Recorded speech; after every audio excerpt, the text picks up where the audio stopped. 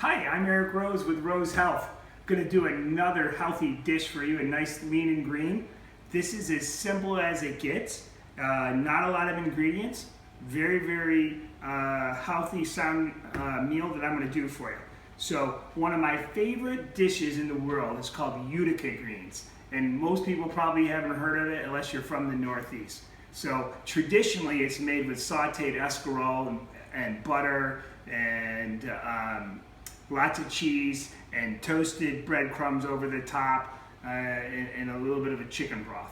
We're going to do a healthy version of this, and then we're going to have a ribeye steak. So I have two steaks here because my kids are going to eat tonight.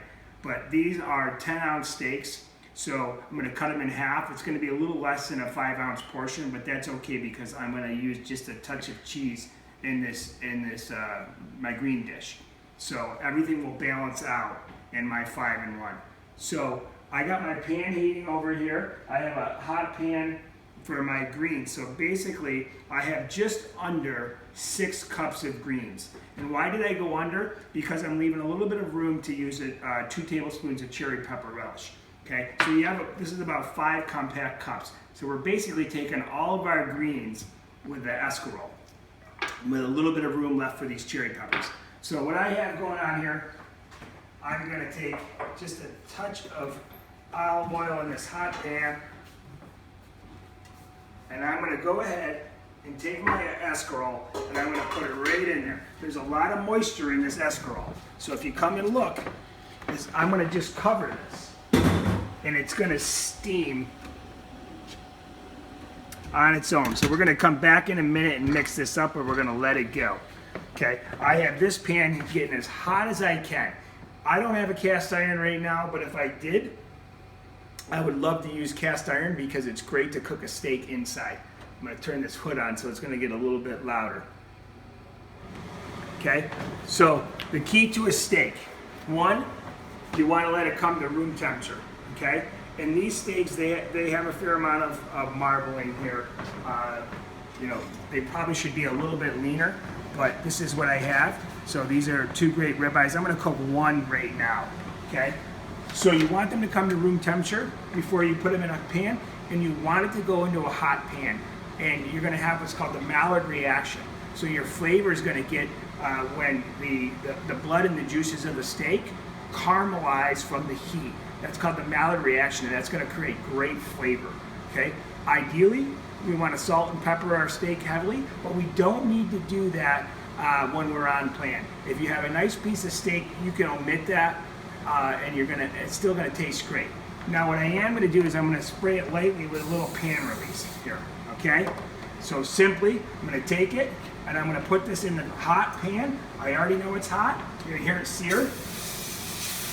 And I am not gonna move that until it unsticks itself.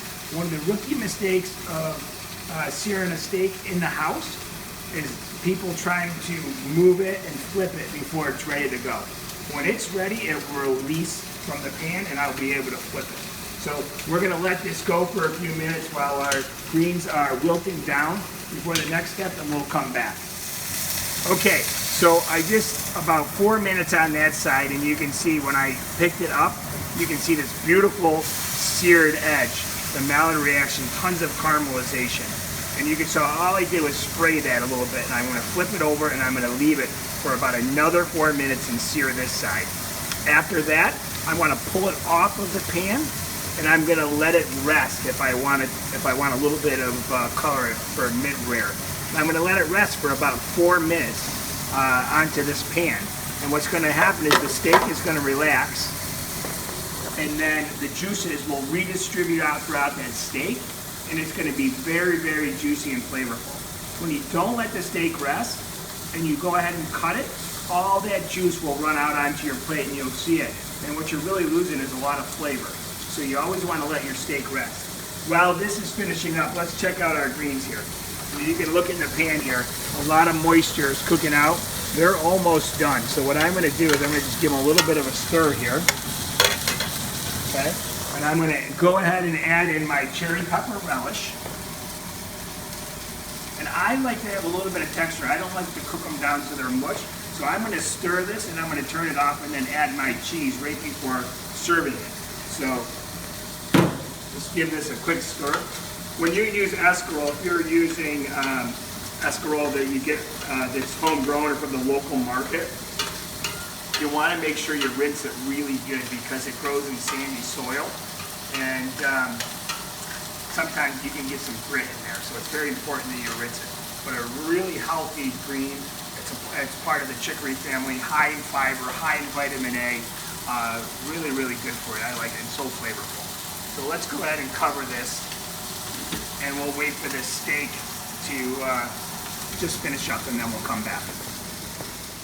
Okay, so this steak is almost done. I'm gonna try to film here in the pan here. So I'm gonna pull this off. I like a mid-rare, like a little bit of color to it. So I'm gonna go ahead and pull it off and let it rest for at least 4 minutes and let those juices redistribute. And then we'll go ahead and we'll finish up our greens after that, and we'll plate up this great dish. So we'll be back in 1 second. Okay, so our steak is rested about 4 or 5 minutes. So we're ready to plate this up. So while we're plating this up, I want to talk about just a couple other things. So I'll get the steak off here and let it rest just another minute while I talk.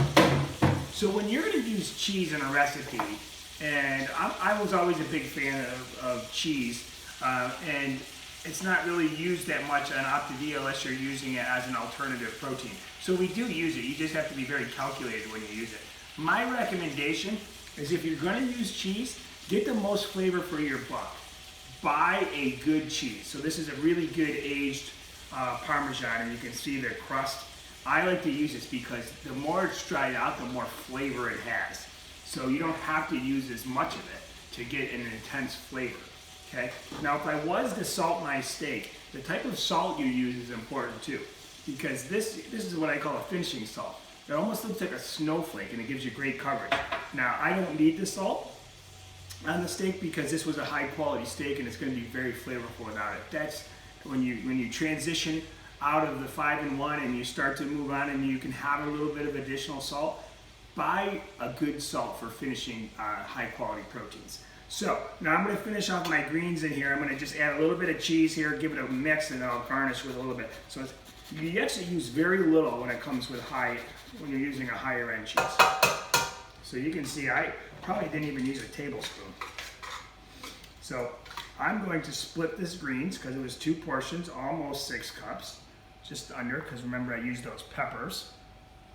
Okay, go ahead and plate this here. Still a lot of moisture. Now in Utica greens, they load them up with breadcrumbs and cheese, and then they usually use some kind of pork in the dish, like a prosciutto or some kind of cured meat to start, which gives it some great flavor. But I gotta be honest, since I've been eating healthy for 3 years now, I don't miss it at all. You know, your taste buds change on this plan. When you're eating healthy, things start to taste better, and you don't need some of that other stuff. So that looks about even here. Okay, so I'm going to move this over, and we're going to go ahead and cut this steak, and we'll plate it up. So half of this is a portion, so I'm going to just eyeball this. Now I could weigh this out, and you can see it's a perfect mid-rare, exactly what I was looking for here. So, and it's not running, the liquid's not running out because I let it rest. So you got a hard sear on both sides, and no liquid's running out, and it's still warm. So I'm just gonna sharp knife, slice it.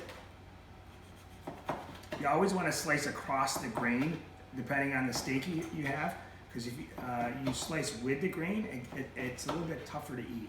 Now I am gonna cut out this little fat tail here. There's a little nugget, but no one's gonna eat that chunk of fat because we don't need it. So I'm gonna go ahead and just plate this here.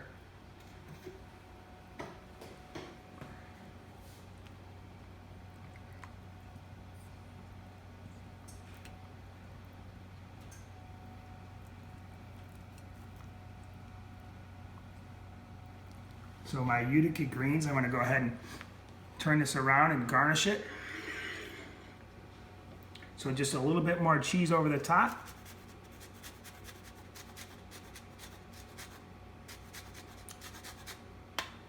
And that, my friends, is one of my favorite dishes to eat. Very, very healthy, very easy to execute. You can see I did this whole dish again in less than 15 minutes.